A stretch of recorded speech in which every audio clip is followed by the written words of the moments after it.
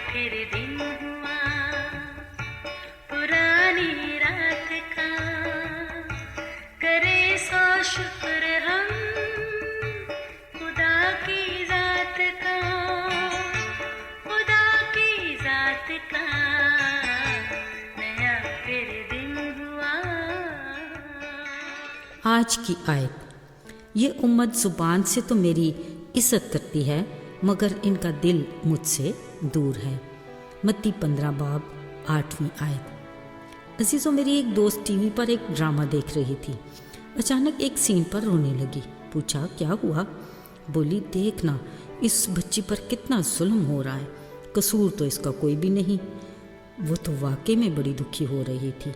मैंने उसे तसल्ली दी और कहा मेरी प्यारी दोस्त, तुझे तो पता ही है कि ये एक फ़र्ज़ी कहानी है और किरदार भी आरसी, सब एक्टिंग कर रहे हैं, मगर डायरेक्टर का कमाल देखो, सब कुछ कितना रियल लग रहा है, जबकि ये सारी रियाकारी अदाकारी के ज़ुमरे में आता है। अजीज़ों, किसी दानिश्वर ने इस दुनिया को भी एक स्टेज से तशबीह दी है। कहा हर कोई आता अपनी पोजीशन के मुताबिक एक्टिंग करके अपना किरदार अदा करता और चला जाता है। एक्टिंग, अदाकारी या मुख्तलिफ किरदार, ये अल्फाज काबिल गौर हैं। दूसरे लफ्ज़ों में अगर हम रियाकारी भी कहें तो गलत ना होगा। यसु मसीह ने अपनी ज़मीनी ज़िंदगी के दौरान लोगों को तालीम देते हुए कहा, मज़हबी लीडरों यानी फ़कीह फरीसियों को आम सादा लोगों के सामने दिखावे के रवैये और सलूक की वजह से रियाकार कहा और उन्हें कब्रों से तशबीह दी कि तुम सफ़ेद चोगे पहनकर खुद को पाक साफ कहते हो, जबकि तुम कब्रों की मानद हो जो बदबूदार और मुर्दों की हड्डियों से भरी हैं, मगर बाहर से साफ और इन्हीं सफ़ेदी फिरी कब्रों की मानद लगते हो। यीशु के कहे अल्फाज हम पर भी पूरे उतरते हैं। इसमें शक नहीं कि हमारे दिल में नफ़रत, गुस्सा, मकर, फ़रेब, हसद, लालच, बुग़्ज़, झूठ जैसी गंदगी से भरे पड़े हैं, मगर हमारा ज़ाहिर खुश मिजाज नज़र आता है। ज़रा सोचिए, क्या हमारा इस तरह का किरदार रियाकारी नहीं?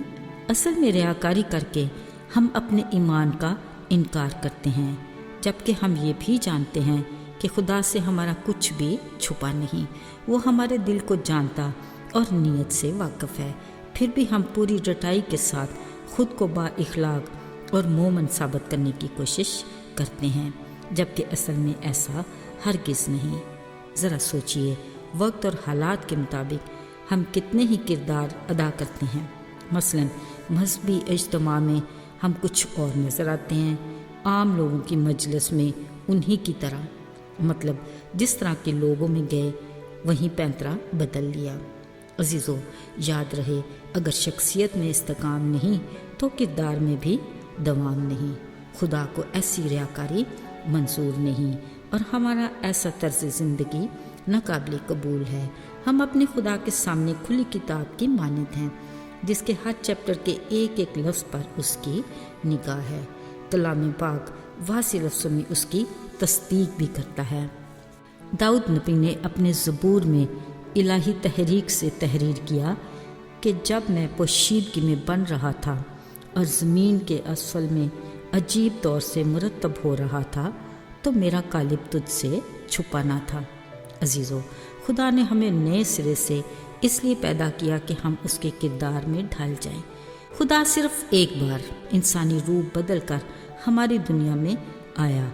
उसने खुद को खाली करके खाकसार बना ताकि नजात के काम को पूरा कर सके, मगर हम खुद को इसके बरक्स अना और खुदी के इतने लिबादे ओढ़ लेते हैं कि खुदा की पनाह। मगर अजीज़ों, आज हमारे पास मौका भी है और वक्त भी कि हम उसके आगे अपने दिल को खोलें, ज़ुबान से इकरार करके तौबा करें और यीशु के किरदार को मुकम्मल तौर पर अपना लें, ताकि उसकी खूबियाँ भरपूर तरीके से हमारे अंदर रच बस जाएं।